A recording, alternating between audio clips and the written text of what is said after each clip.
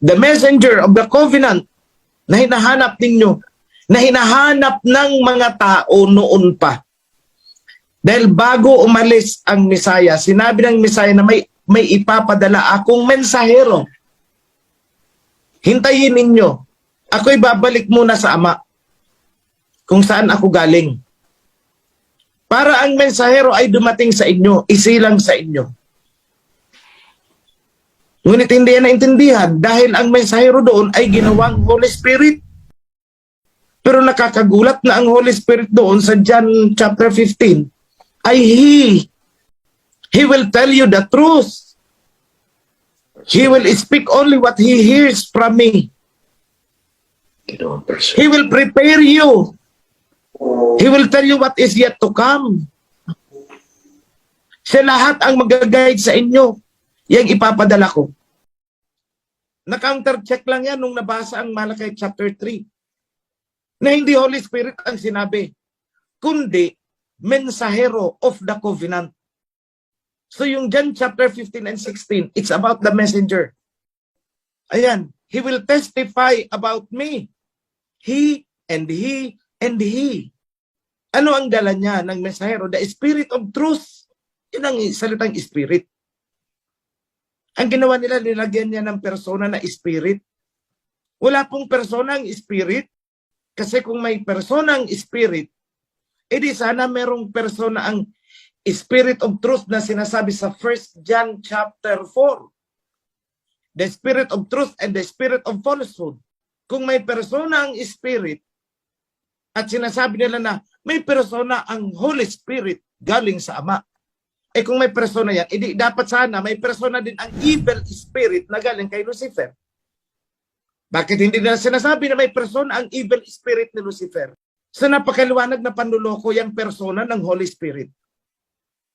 The truth is, yung sinabi nilang Holy Spirit na ipapadala, is the messenger. Dahil yun ang sinasabi sa Malakay chapter 3, I will send. May messenger, hintayin mo. Hintayin nyo. Kaya nga ang sabi ni King Hawashai, yung messenger na inyong hinihintay ay darating. Siya ang magtuturo sa inyo. Magtitestify siya tungkol sa akin. Sasabihin niya kung ano talaga ang nangyari sa aking kamatayan. Kaya nga nagulat ang iba nung sinabi ko na hindi siya namatay para sa kapatawaran ng ating mga kasalanan. Dahil kaya niyang magpatawad na hindi siya magpapakamatay. At hindi po yung pagkamatay ng Mesaya ang dahilan. Kaya pinatawad tayo ng Ama. Dahil hindi natuwa ang Ama nung pinatay ang kanyang anak. Sinong ama ang matutuwa na patayin ang kanyang anak? Tapos binigyan ng reward, kapatawaran, dahil pinatay ang anak niya? Hindi ganun. So those are the truth.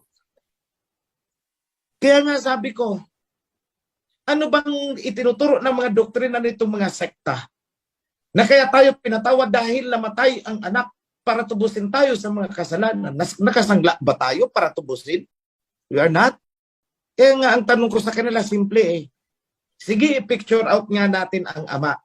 Noong nalagutan ng hininga ang ating Mesaya, King Yahawashai sa krus, ganito bang inaakala nilang reaksyon ng Ama?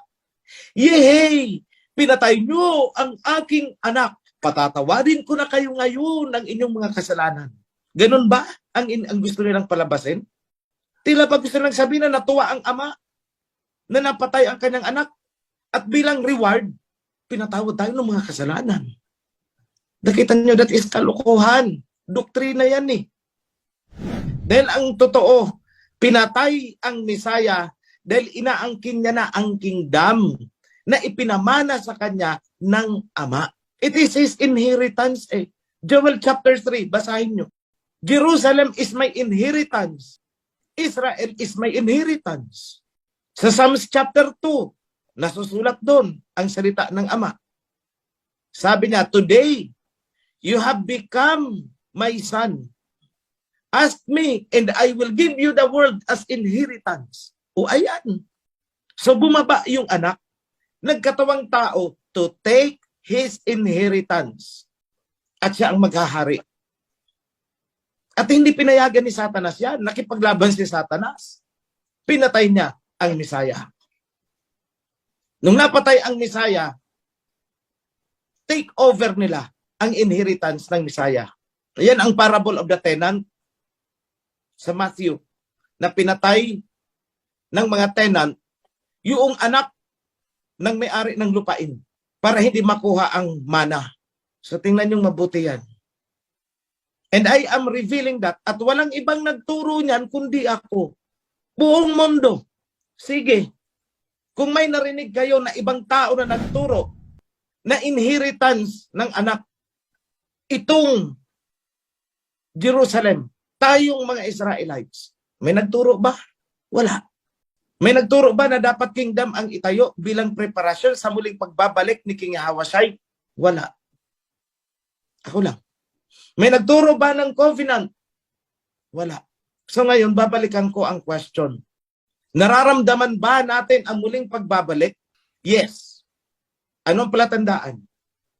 Una, kailangang ma-revive ang kingdom dahil siya ay babalik bilang hari. Si OHC ay interim king lang yan. Kung tanggapin ng Messiah, sige, manatili ka dyan sa trono, mananatili.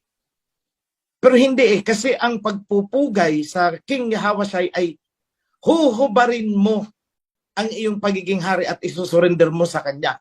Remove your crown, lay down your scepter, at magpatirapa ka sa kanya. So what I am doing is only preparation. Kung sinabi niya, sige, manatili ka as king. Okay, fine. Kasi siya ay King of Kings eh. Kung bababa siya sa trono, king lang siya, hindi siya King of Kings. Kaya hindi siya bababa dyan sa throne. But rather, rerendahan niya lahat ng kings sa buong mundo. And that is happening. So, temple, covenant, kingdom.